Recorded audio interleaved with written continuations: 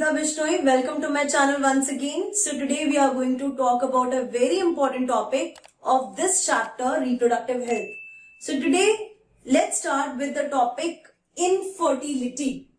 First of all, what is infertility?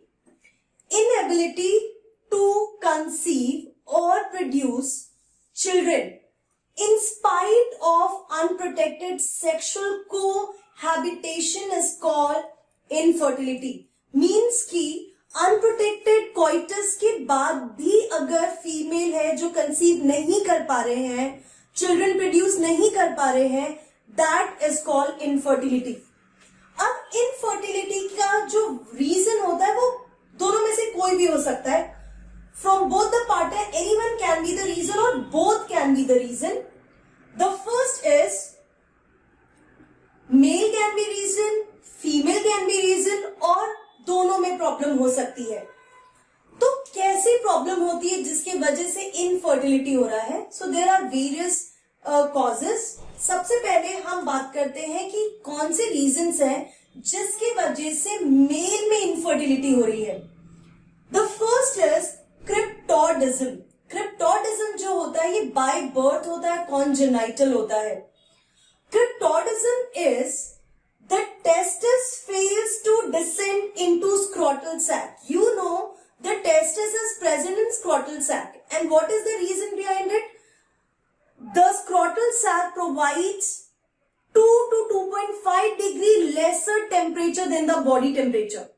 और वो जो 2 से 2.5 डिग्री टेम्परेचर कम होता है बॉडी टेम्परेचर के कंपैरिजन में, that is suitable for sperm formation.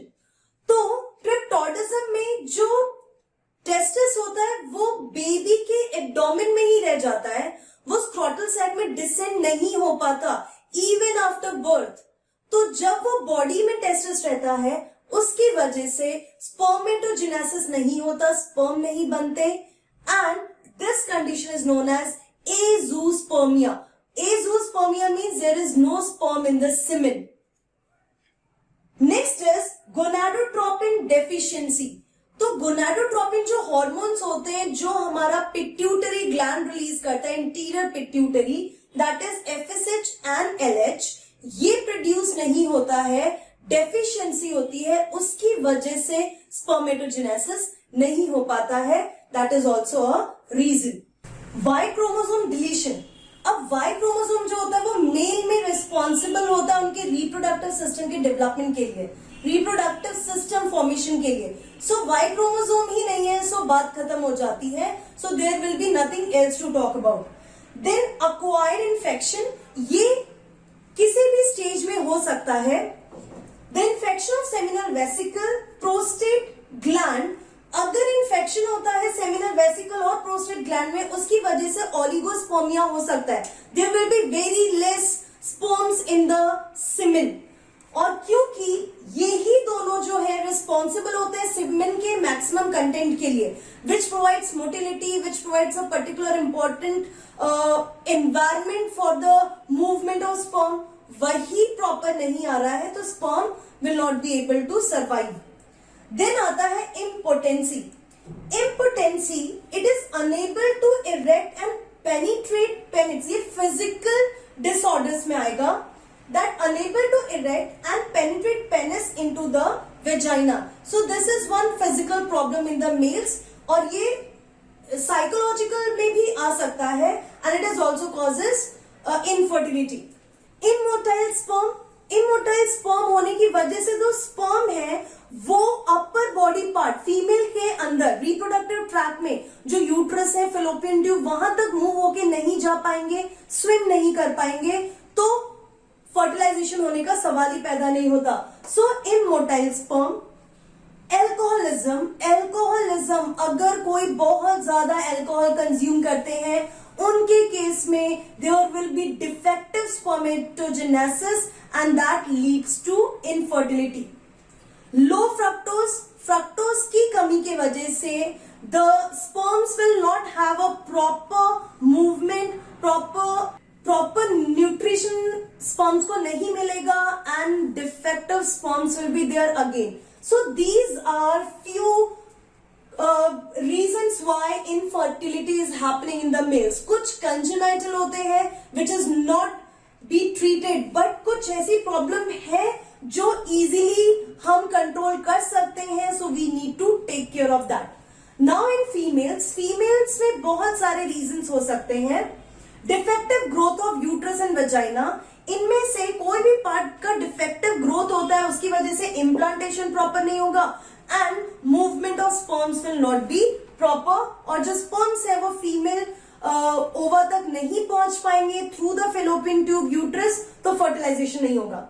Ectopic pregnancy जो होता है, it is the pregnancy, implantation जो होता है एम्ब्रियो का वो यूट्रस में ना होके किसी और पार्ट में, स्पेशली फेलोपियन ट्यूब में जब हो जाता है तो उसकी वजह से फेलोपियन ट्यूब कट करना पड़ जाता है. So that can also cause infertility और लो चांसेस ऑफ फर्टिलाइजेशन और implantation in females. Anovulation, there is no ovulation, क्योंकि जो ओवरीज होती है उसमें सिस्ट फॉर्मेशन आजकल बहुत कॉमन इश्यूज हो गया है कि females are having PCOS, cyst formation हो जाता है ओवरीज की वजह से, and due to the chemical stress, hormonal imbalance, इन सब की वजह से cyst will be there and ovulation नहीं हो पाता. इंक्रीज्ड स्पर्म फेगोसाइटोसिस, फीमेल की बॉडी में जो मैक्रोफेजेस होते हैं, जो मैक्रोफेजेस होते हैं, these macrophages will kill the sperms, और ये मैक्रोफेजेस की वजह से जो भी स्पर्म एंटर होता है वो कम हो जाते हैं. अगेन स्पर्म कम हो गए तो फर्टिलिटी चांसेस भी कम हो जाते हैं. So this is one of the major reason in females of for infertility.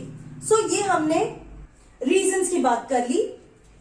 Now ये जितने भी हमने बातें करी है रीजंस है, that is grouped under physical, congenital, immunological, psychological disorders.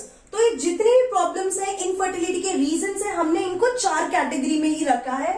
Physical, congenital जो बाय बर्थ होता है, इम्यूनोलॉजिकल जो हमने ये वाला केस देखा, साइकोलॉजिकल डिसऑर्डर्स जो ये वाला केस है. सो ऐसे जितने भी डिसऑर्डर्स है that can be treated if we go, the infertile people will go to the specialized fertility clinic.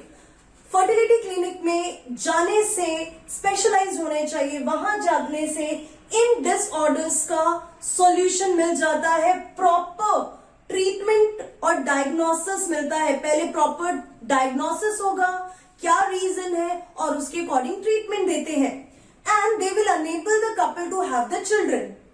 But still कुछ ऐसे केसेस होते हैं जिसमें प्रॉपर डायग्नोसिस एंड ट्रीटमेंट के बाद भी couples are not able to have children, वो conceive female नहीं कर पाते हैं.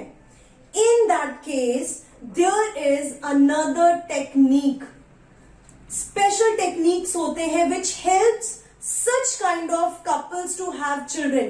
और उस टेक्निक को, जो लेटेस्ट टेक्नोलॉजी है, उसको हम बोलते हैं ART, assisted reproductive technology. ART के थ्रू इम्पॉसिबल जो केसेस होते हैं वो भी पॉसिबल हो जाते हैं, and due to this many infertile couples are having children. अब आर्ट जो होता है, इस केस में देयर आर 4 डिफरेंट टेक्निक्स. अब इन सब में से कौन सा सीवियर केस है, उन बेसिस पे देयर आर 4 टेक्निक्स. पहला जो है that is test tube baby, जिसको आजकल आप बोलते हैं in vitro fertilisation. So test tube baby first option है, फर्स्ट मेथड है. Second method is gamete intrafallopian transfer, मतलब गैमीट्स को ट्रांसफर किया जाता है फिलोपियन ट्यूब में. Third, intracytoplasmic sperm injection, and fourth, artificial insemination technique. So ART के अंदर 4 अलग अलग टेक्निक्स और है, अलग अलग मेथड्स और है. क्या इशू है कपल को, उन बेसिस पे ये डिसाइड किया जाता है कि इन चारों में से कौन सी ट्रीटमेंट दी जाएगी। तो हर सीवियरली इनफर्टाइल कपल्स को सिर्फ आईवीएफ के लिए जाना चाहिए? जी नहीं, और भी अलग अलग प्रॉब्लम है और ये आप नहीं डिसाइड करते। You need to go for a proper diagnosis. On that basis doctor will tell you which is the best suitable technique by which you can have the infertile couple can have the children। तो ये एक वरदान जैसा है infertile couples के लिए। सो इन सब की डिटेल्स में मैं आपको बताने वाली हूँ, हर एक मेथड को डिटेल में बताऊंगी। ये मेथड कब यूज किया जाता है, कौन कौन से जो डिसऑर्डर्स होते हैं उनके लिए कौन सा ऑप्ट किया जाएगा। I will tell you all these things in my next video. Till then keep learning and be safe.